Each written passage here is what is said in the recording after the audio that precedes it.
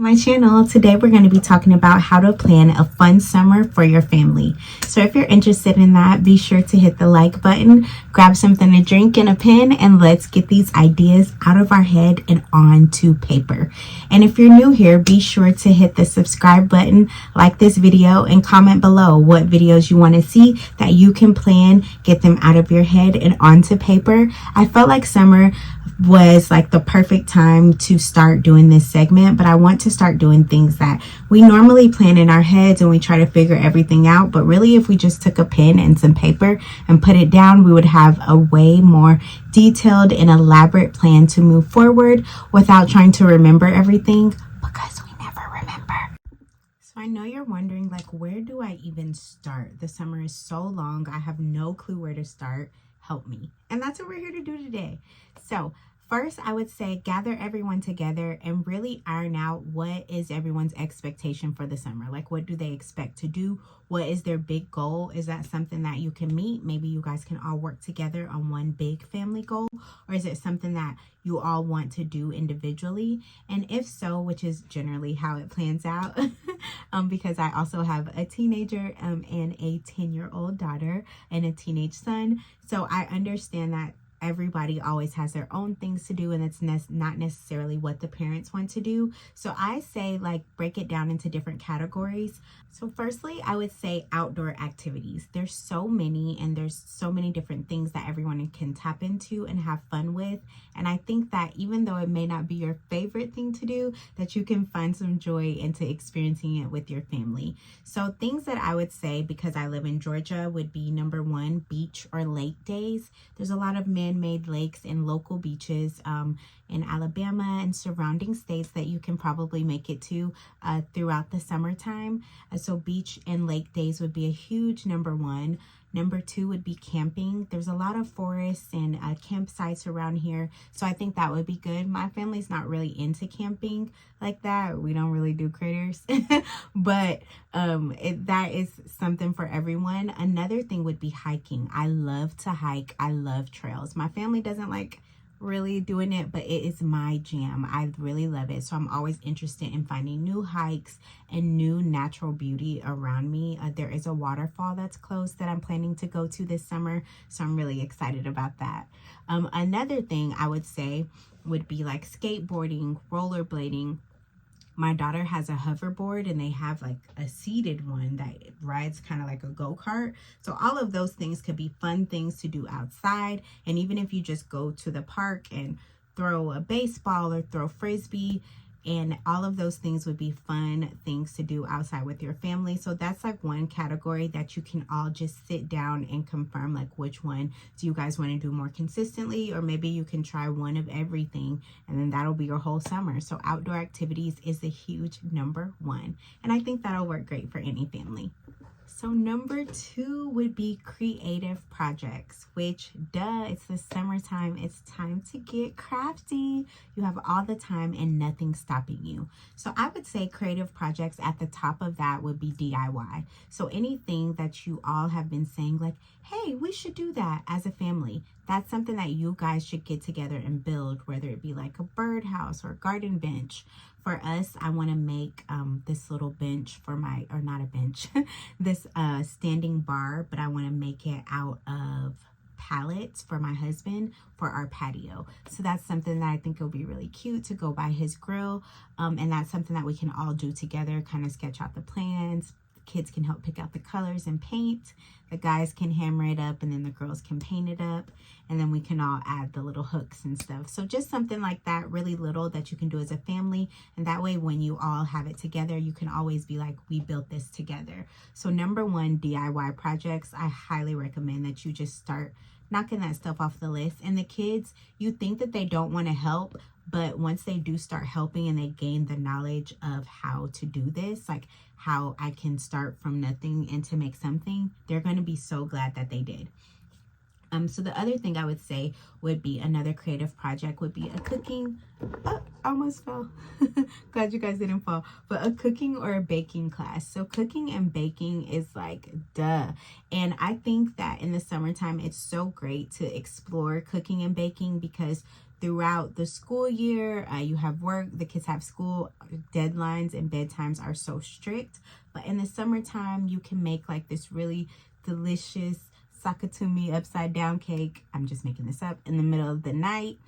And the kids don't have to rush to bed. They can have sugar late, and it's just a good, fun experience. So I would say maybe start with like recipes that the kids love from you, that you want to try to teach them how to make, especially if you have teenagers. Now would be a good time to hone in on those skills. And then things like for the younger kids, they can make like cornbread or do things like stirring or just adding in seasonings. Also reading out the recipes and making sure that they know the measurements, just little things like that that you can all do together. So much fun. Or even sushi classes. Like, I could keep going, but there's so many cooking or baking things that you could do. That would be a wonderful creative time with your family. And then the last thing that I would say is like coloring or painting, or how people do like paint by numbers. You can get those little things at Target or Walmart and then just buy it as a family, set up a whole station, and then just have a good family night. Maybe have nachos and paint, or color. Like me and my daughter color all the time. We have coloring books up there, and I have my own coloring book. She has hers. Or you can even do some drawing. I can't draw, like I'm so bad at it, but my whole family can draw. They draw so well. So I'm really good at coloring though. So I take pride in that. So that's why I said painting. But if you guys can draw it out, maybe make a funny family cartoon, anything like that would just bring some good camaraderie, and you guys won't forget it. So I think that would be a good night of creative projects. The third fun thing to do with your family this summer is learning activities. And I know it doesn't sound like it's going to be fun, but just hear me out.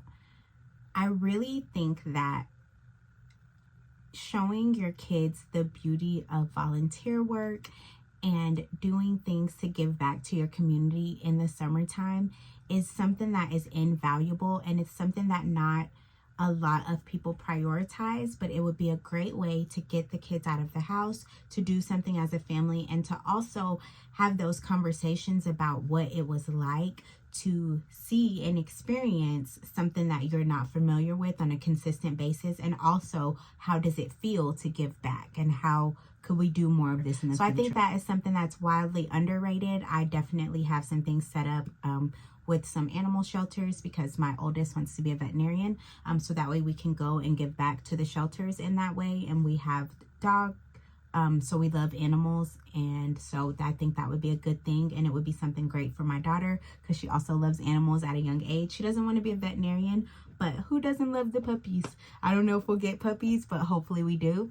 So fingers crossed on that. So that is one thing. Another thing I would say would be like going to libraries or museums. So I'm kind of nerdy and I love libraries. So there's like certain like libraries in the middle of cities that are huge. When you go in there, it just like, it makes me so happy. It takes my breath away. It makes me feel like I'm in The Page Master, the Macaulay Culkin movie. I don't know if y'all remember it, but that's how I feel. So it just gives me a rush. So if you have a nerd, incorporate this summer. If you have someone in your family that loves libraries or museums, it will just make them so happy and fill them with so much inspiration and joy. And museums are something that you can nitpick, because, and I'm saying nitpick of things that your family loves. Like my son, he was really interested in ventriloquist things. So he went to the Muppet Museums because that's something that he really liked. And we all like Sesame Street. So it was just a good family experience. But I'm just saying, really break down the things that your family likes and find those intricacies, because I'm almost positive you can find a museum on that. And even if it's not in your city, maybe you can find something close or find a festival that's coming to kind of give you guys that, scratch that itch that you guys are wanting to experience that. Like things like Comic-Con and festivals like that. Those are things that you can plan ahead for. So that way your summer is ready to go and you got your outfit. And fourth, but definitely not lastly, is schedule some family bonding time. So that can look like an array of things. So I'll start with the one that would be outside the house, and then the rest of these you can do inside. So the one that would be outside the house would be sign up for workshops or classes that you can do as a family. And when I say classes, I'm saying things like dance classes or pottery classes, or even tech classes that teach you how to make a cartoon visually. And that's something that maybe your teen would want to know how to do, your youngest could benefit from. And then the parents never even thought that they would be able to make a cartoon because we started on Looney Tunes, you know? So I just think that things like that would definitely enrich you all and definitely bring the family together. So the things that you could do in the house are the oldie but goodies, the board games. Dust off those board games and play. Bring out the family favorites. Our family favorite is Monopoly. We actually play it on the PlayStation though. But we love Monopoly. We also love Scrabble and Operation. So those are our like top three family games. We also like Uno every now and again, but sometimes it takes forever. But so yeah, just find your family games and then also try new games. Like we tried drawing games, different types of games. We've tried them all and we really enjoy trying new games. So definitely I would say do that. Another thing, sorry you guys. Okay, there, fixed it. Another thing, my cord is just pulling, but another thing that I would say that you're able to do is to do some family walks. Like just get together and just go walking around your neighborhood, take your dog, maybe try to jog, race each other. Not like really, but just something fun, or maybe have a topic that you want to talk about when you go on family walks, or maybe make it a habit to go on family night walks on Friday nights. So Friday night family walks are a thing all summer long. Just creating some type of consistency and something to look forward to as a family, I think really helps. Also gardening, that's something that you could do on the weekends in your spare time, and would also teach the kids how to grow their own food, which is wildly underrated. I wish I knew. Somebody teach me. But those are things that I think that you could do together, as well as, I mean, this sounds like it's not really a good thing, but it really is. But gaming together. I'm saying not gaming like board gaming, but I'm saying gaming like controller wise. So we play God of War. We play a lot of games as a family. Last of Us, Sonic, Spider-Man. We play all types of games together as a family. We figure it out. We pull out our brains together. Don't do that. You killed me. You didn't jump high enough. It's all so much fun. And it also like lets you know what each person's good at, like reaction time, thinking through stuff, who can get the combos together. All of those things, you can find out each other's strong suits, and it really does create a wonderful family dynamic, and it's so fun, and you don't have to leave the house. So as you can tell, that's one of our favorite things to do. We love playing video games together, especially because our generation, I was born in the 80s, so we like grew up on video games. Like, so we really enjoy video games, and we don't want to deprive our kids from that. We want to experience it all together because we're taking the TV. Just kidding. But yeah, so those are the things that I think that you can do all together as a family. So I would say get out the house, do some outdoor activities, learn together, learn and grow together, try something new, try something that you've never done before. But also, you could stay at the house, you could chill, you could just enjoy one another and learn more about the dynamic and how you all work together. So those are all some fun ways that I feel like you can plan out your summer and make the most of it in 2024. So if you have anything that you feel like I left off the list, drop it in the comments below. If you have anything super fun that you're doing this summer, please share. I would love to hear it. And I'll see you guys in the next video. You guys, if you're new here, don't forget to hit the subscribe button, like this video, and comment down below. Thanks so much, and I'll see y'all in the next one. Bye.